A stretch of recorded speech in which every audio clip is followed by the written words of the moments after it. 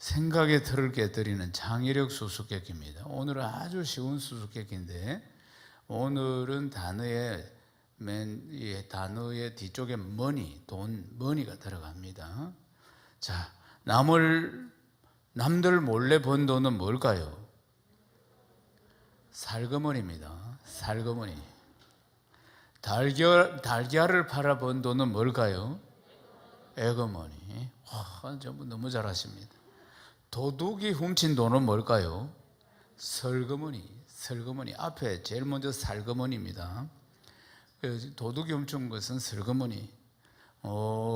며느리가 싫어하는 돈은 뭘까요? 시어머니. 시어머니요. 아버지가 제일 좋아하는 돈은 뭘까요? 어머니입니다. 어머니. 아주머니 아닙니다. 큰일 나요. 그런 말 하면 안 됩니다. 아저씨들이 좋아하는 돈은 뭘까요? 아주머니. 아주머니. 마지막이에요. 할아버지가 좋아하는 돈은 뭘까요? 할머니. 오늘 정말 쉬웠지요? 네. 생각의 틀을 깨뜨릴 것도 없습니다. 오늘 설교 말씀을 나에게 주시는 말씀으로 아멘하고 받으면 역사가 일어납니다. 유브라데강 건너편에 총독이 다 떠내 스달보스네입니다. 그리고 그 밑에 동간이 아바사 사람들입니다. 그들의 글에 의하면은 다리오 왕이 이제 그들 글을 읽고 다리오 왕이 조서를 내려가지고 이 다리오 왕이 바벨론의 보물을 쌓아둔 그 창고에서 찾아내야 된다. 이렇게 이야기를 하는 겁니다. 에스라 6장 1절 읽어봅시다. 이에 다리오 왕이 조서를 내려서 문서 창고 그 바벨론의 보물을 쌓아둔 보물 정각에서 조사하게 하여.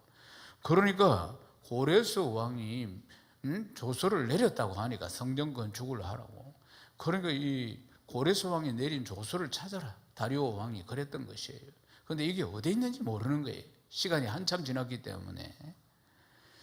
그러니까 이 건축이 스탑이 된 것은 이 사마리아 사람들이 엉터리 조서를 꾸며가지고 관직자들을 총독을 통해 올려가지고 지금 왕이 명령을 내리가 스톱이 됐는데, 이제 다리오 왕 때 와서 이제 다른 총독들이, 양심이 바른 총독들이 지금 조서를 올렸단 말이에요. 이게 그들은 이렇게 고레스 왕 때 허락을 받아서 이 건축을 하고 있다고 이야기합니다. 그러니까 다리오 왕이 이걸 한번 조사해봐라. 고레스 왕 때 내린 조서를 찾아라. 이래 이야기했다 그 말입니다. 그런데 실제로 이것은 굉장히 파격적이고 이례적인 일입니다. 지금 보물창고에 조서들이 있거나 보물들이 있겠죠. 왕들 때마다 그게 다 있었다 그 말이에요. 그런데 지금 이게 다리오 왕 입장에서 이게 뭐 국가적인 아주 중요한 일이 아니라 이 말입니다. 이 창고를 다 뒤져서 조서를 찾을 만한 일이 아니에요. 변방에 있는 조그마한 이제 뭐 나라라고 할 것도 없는 것, 다 망한 것, 그곳에 그냥 사람 보내들어가 다시 보내가지고 성전 하나 짓는 일인데, 이 왕이 지금 움직였다는 거 아닙니까? 왕이 지금 보통 이 창고 안에서, 보물 창고 안에서 찾는 일들은 큰 일이 일어났을 때 하는 겁니다. 역사적인 자료를 찾는 일들이. 그러니까 우리는 이 믿음의 눈을 열고, 하나님이 일하시는구나, 이걸 볼 수 있어야 합니다. 아멘이십니까? 어떻게 보면은 다리오 왕은 이 사소한 일이라 그 말입니다. 사소한 일인데도 불구하고 이 바벨론의 보로를 사오던 정각에서 고레스 왕이 내렸다는 조서를 다 찾아라, 이렇게 명령을 한 거 아니겠습니까? 이제 고레스 왕이 조서를 내렸다고 하니까 그때 내린 이 조서가 어느 창고에 있느냐, 이게 이제 미지수인 겁니다. 말하자면은 어떻게 보면은 이 잘못 찾으면은 이거 전부 창고를 다 뒤져서 이걸 찾아야 하는 그런 엄청난 일이 벌어질 수가 있는 것이에요. 이게 보통 일이 아님을 알 수가 있습니다. 보통 일이 아니라는 거예요. 그런데 이례적으로 다리오 왕이, 이 왕의 입장에서는 참으로 사소한 일인데도 불구하고 찾아라, 이렇게 명령을 했다는 것이에요. 그러니까 결국은 어디에서 찾느냐? 첫 번째는 바벨론 궁에서 찾았는데 못 찾았어요. 그러니까 이 왕이 여기에 머물렀을 것이다. 그래서 여기에 조소를 창고에 넣었을 것이다. 찾아보니 없어. 그러니까 여름에 간다고 하는 메대의 앙메다궁, 오늘 성경에 보면은 앙메다궁에서 그 창고에서 이 문서를 찾았다 하는 것입니다. 에스라 6장 2절 말씀입니다. 메대도 앙메다 궁성에서 한 두루마리를 찾았으니 거기 기록하였으되. 아멘.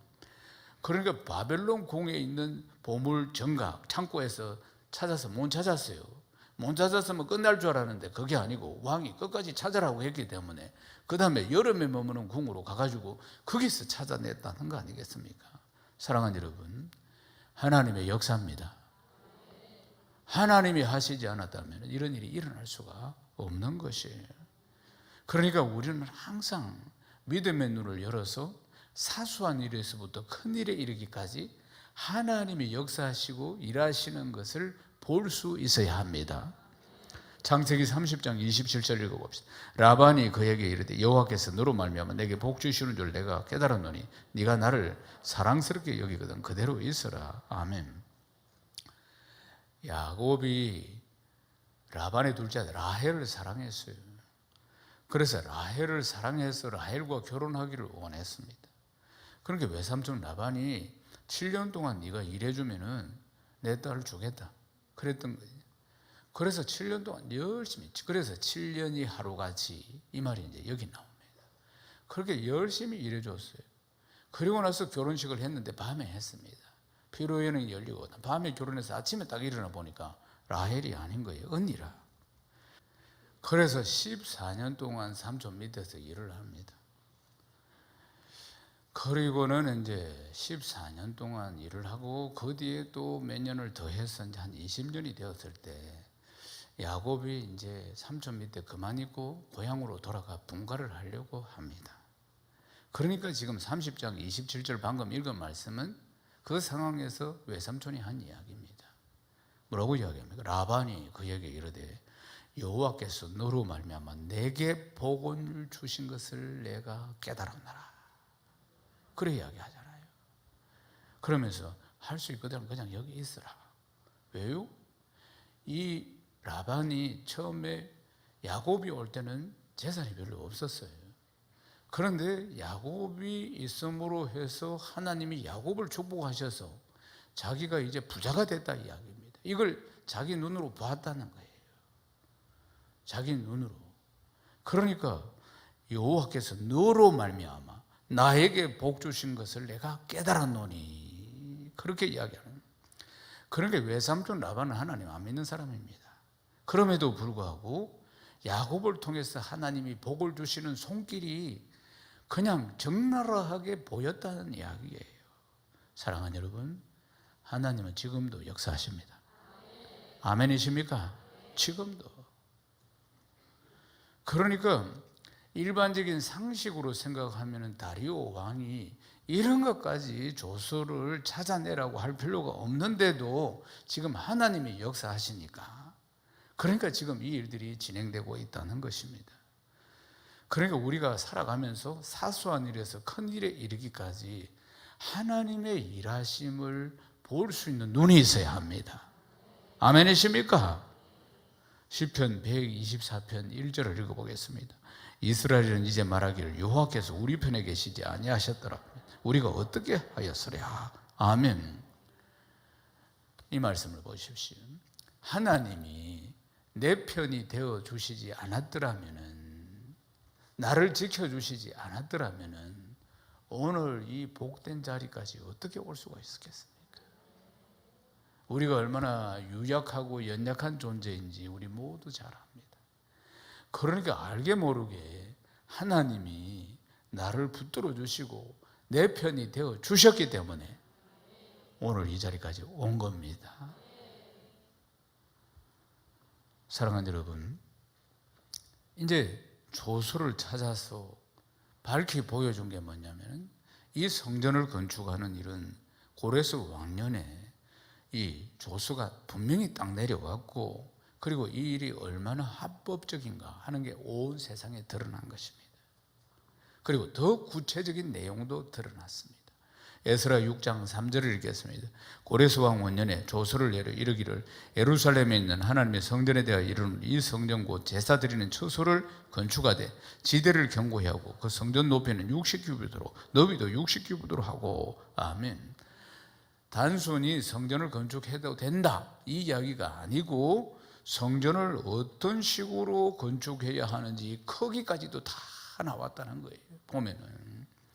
그러니까 이 성전의 의미가 뭔지도 고레스 왕이 이야기합니다. 그들이 믿는 하나님을 제사하는 곳이다. 하나님께 예배드리는 곳이다. 그러니까 하나님께 예배드리는 것이 건축을 하는 목적이 하나님께 제사드리기 위함이고 이게 모든 것이 합법적으로 명시되어 있다는 것을 볼 수 있습니다. 그리고 성전을 짓 때 이런 크기로 지어라. 사랑하는 여러분, 이 크기가 어느 정도냐 하면은 높이가 60규빗, 넓이도 60규빗, 솔로몬 성전의 길이가 60규빗, 길이가 60규빗, 높이가 30규빗, 넓이가 20규빗입니다. 열왕기상에 보면 나오는데, 그러면 지금 현재 고레스 왕이 지어라 한 이 크기는 솔로몬 성전의 두세 배가 된다 이 말입니다. 물론 그 당시에 이 규빗이 일정하지 않으니까 다소 차이가 있을 수 있어요. 이 길이가. 그렇지만 분명한 것은 솔로몬 성전보다 훨씬 크게 짓도록 했다는 것입니다. 무너진 성전보다도 훨씬 크게 짓도록 그렇게 허가를 해줬다는 거 아니겠습니까? 그러면은 그들이 이제 그렇게 허락을 해준다 할지라도 뭐 재정이 있어야지 지을 수가 있지. 그런데 그 문제도 해결해 줍니다. 에스라 6장 4절을 읽겠습니다. 큰 돌 3켜에 새나무 1켜를 놓으라. 그 경비는 다 왕실에서 내리라. 할렐루야. 왕실에서 다 지원을 해줘라. 왕실에서 건축을 하는데 큰 돌 3켜에 새나무 1켜를 놓으라. 이것은 그 당시의 건축의 양식입니다. 그 당시의 건축의 양식인데 보면은 우리가 시대마다 건축의 양식들이 다르잖아요. 뭐 고대 또 뭐 여러 가지 뭐 양식들이 시대마다 바뀌는데 이때 양식이 바로 이런 양식이었던 것 같아요. 그런데 그 경비는 전부 왕실에서 다 되겠다. 왕실에서 다 대주라. 이렇게 왕이 명령을 했다는 거 아니겠습니까? 에스라 6장 5절도 읽어보십시오. 또 느부갓네살이 예루살렘 성전에 탈취하여 바벨론을 옮겼던 하나님의 성전 그 먼 그릇들을 돌려보내어 예루살렘 성전에 가져다가 하나님 성전한 각기 제자리에 둘지니라 하였더라. 아멘. 그것뿐만 아니고 이 고레스 왕이 그 당시에 예루살렘 성이 멸망당하고 성전이 다 허물어지고 그때 느부갓네살 왕이 탈취를 했다고 말이에요. 그래 느부갓네살이 예루살렘 성전에 있는 금, 은 이렇게 만들어진 모든 직기들 그걸 전부 다 옮겨서 바벨론 창고에 넣어놨어요. 이게 다 보화들이니까 말하자면. 그런데 이걸 싹 다 돌려보내서 그리고 성전이 건축되면 다 제자리에 다 갖다 둬라. 그렇게 명령을 했대요. 이 사실까지 다 이제 드러난 것입니다. 이 사실까지. 건축 경비를 지원해주고 그리고 지금 창고에 그때 뺏어온 거 전부 다 직기들 다 돌려보내주고 제자리에 다 놓게 해주고 그렇게 해야 됩니다. 그런데 왜 성전 건축이 중단되었습니까?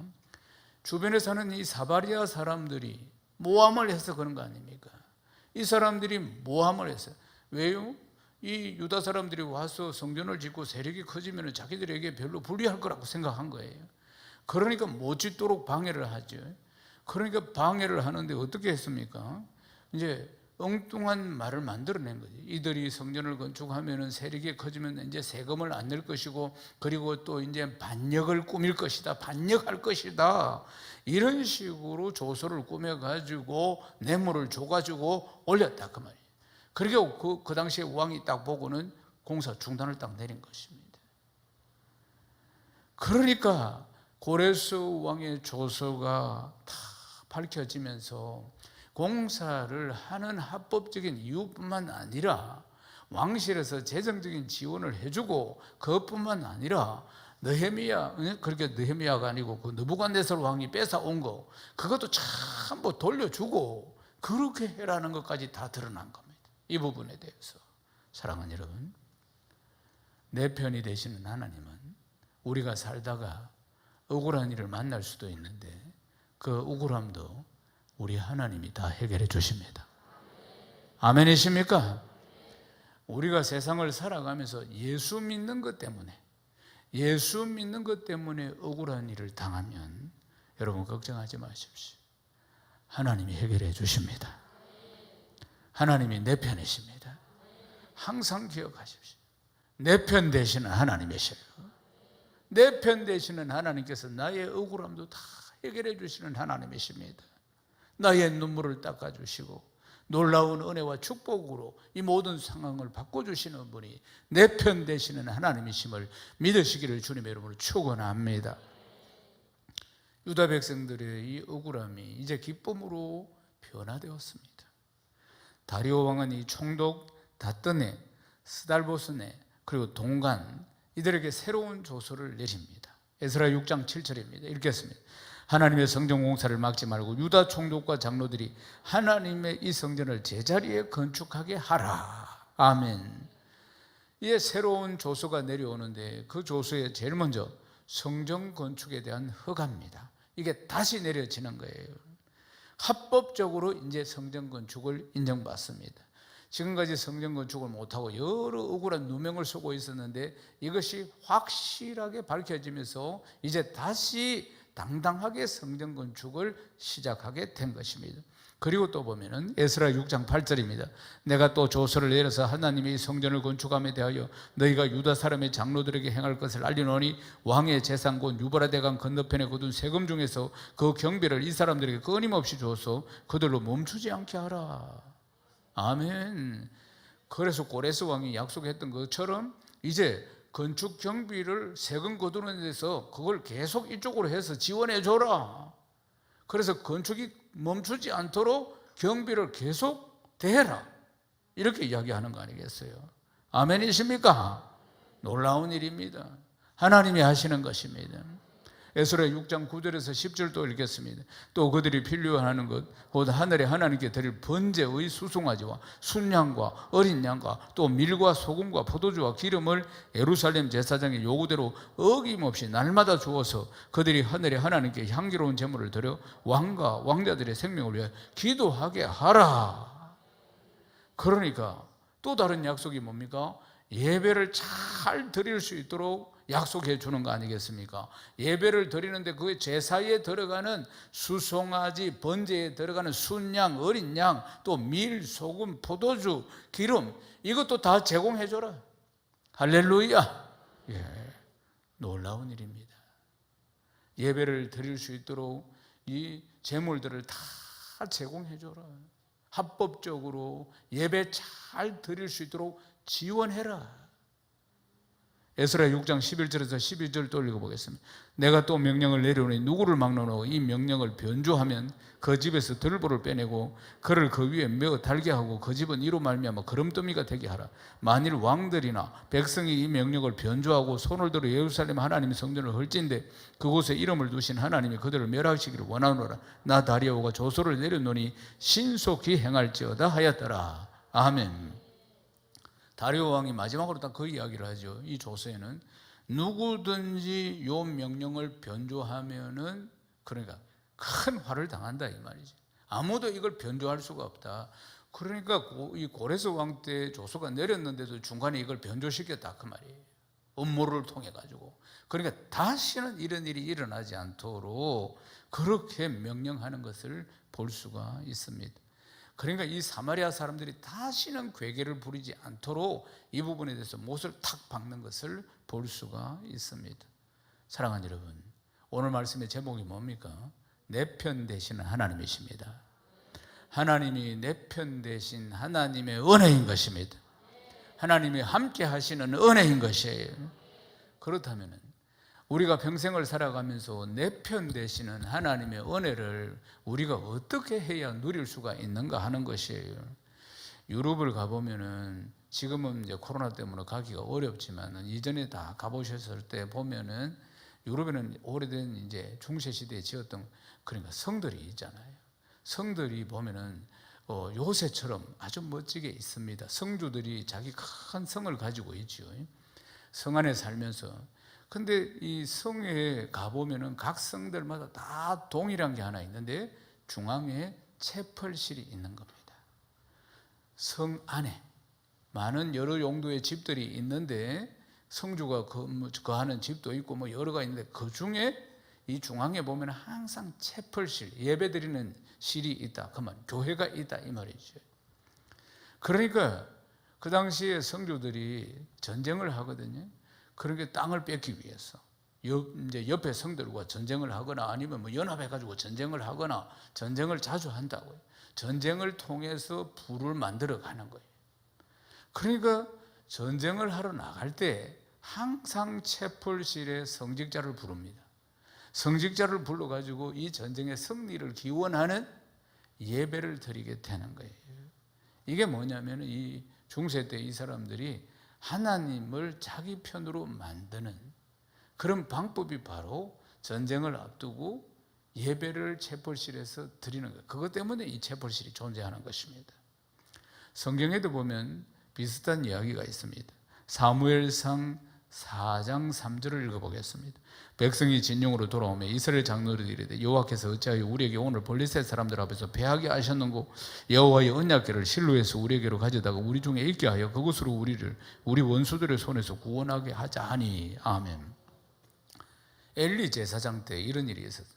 블레셋과 전쟁이 벌어졌어요. 그래서 블레셋과 전쟁을 해서 먼저 한 4,000명 가량이 죽었습니다.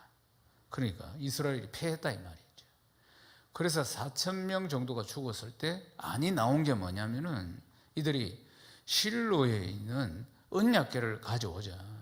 그래서 전쟁하는데 이 언약궤를 앞세워서 전쟁을 하면은 하나님이 도와주시지 않겠느냐. 그래서 하나님을 자기 편으로 만드는 방법이죠. 그래서 실로에 있는 언약궤를 가져와서 언약궤를 딱 앞세워가지고 블레셋하고 다시 싸움을 전쟁을 했는데 그때 완전히 그들이 패합니다. 이스라엘이.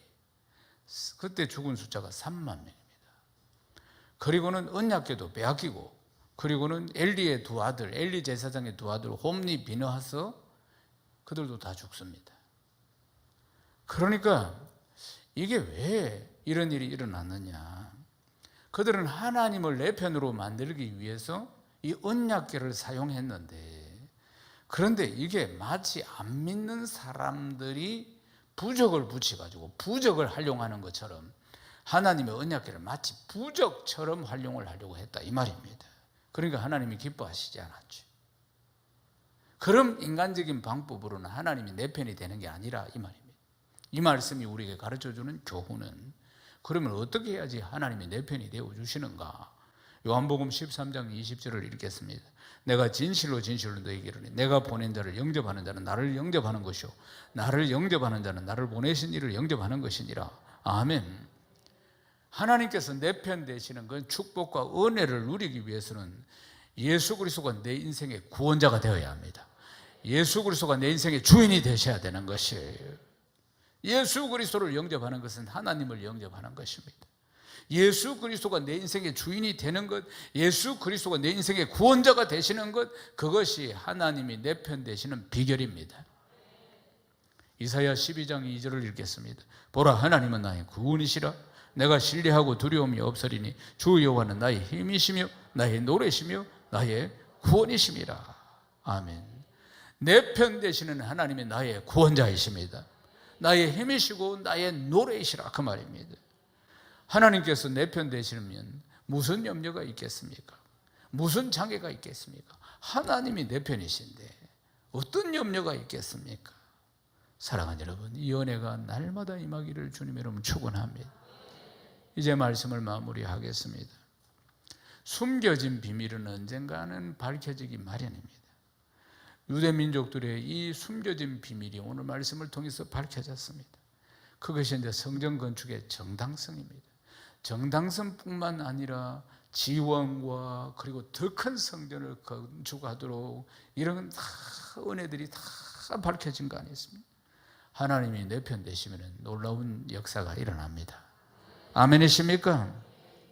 사랑하는 여러분, 우리 인생은 참 만만치 않습니다. 이번 한 주간도 무슨 일이 일어날지 아무도 모릅니다. 건강의 문제나 경제의 문제나 관계의 문제나 아무도 장담할 수 없습니다. 그리고 인생은 나 혼자 잘 산다고 되는 게 아닙니다. 가족이 있고 형제들이 있고 같이 함께 얽히고 설켜서 살아가니까. 사랑하는 여러분, 그래서 인생은 한편으로는 산 넘어 산입니다. 태산을 넘어 흥곡에 가도 더 밑가운데로 걸어가면 참 그 찬송 말이에요. 사랑하는 여러분, 어떤 상황에 있다 할지라도 정말 내 눈에 보이는 거 없고 귀에 들리는 거 없고 손에 잡히는 거 없다 할지라도 끝까지 하나님은 내 편 되신다는 것을 신뢰해야 합니다. 아브라함의 하나님, 이삭의 하나님, 야곱의 하나님, 그 다음 누구의 하나님이십니까? 나의 하나님, 나의 하나님. 이 확신이 있어야 합니다. 하나님은 변함없이 나를 사랑하십니다. 우리가 하나님을 향한 사랑은 왔다 갔다 합니다. 환경에 따라서 어떤 때는 믿음도 좋다가 어떤 때는 그냥 염려, 걱정, 근심으로 그 믿음이 어디 갔는지 모를 정도로 연약할 때도 있다는 것입니다. 전적으로 하나님을 신뢰해야 합니다. 하나님은 인생이 아니시고 언제나 왔다 갔다 하시지 않습니다. 변함없이 나를 사랑하시고, 그러니까 하나님은 내 편 되어 주셔서 항상 일하고 계신다는 것을 믿으시기를 주님 여러분 축원합니다. 하나님의 은혜를 늘 기억하시고 이번 한 주간도 승리의 개가를 부르며 돌아오는 복된 한 주간 되시기를 주님의 이름으로 축원합니다. 축원합니다. 하나님께 영광입니다. 할렐루야, 아멘.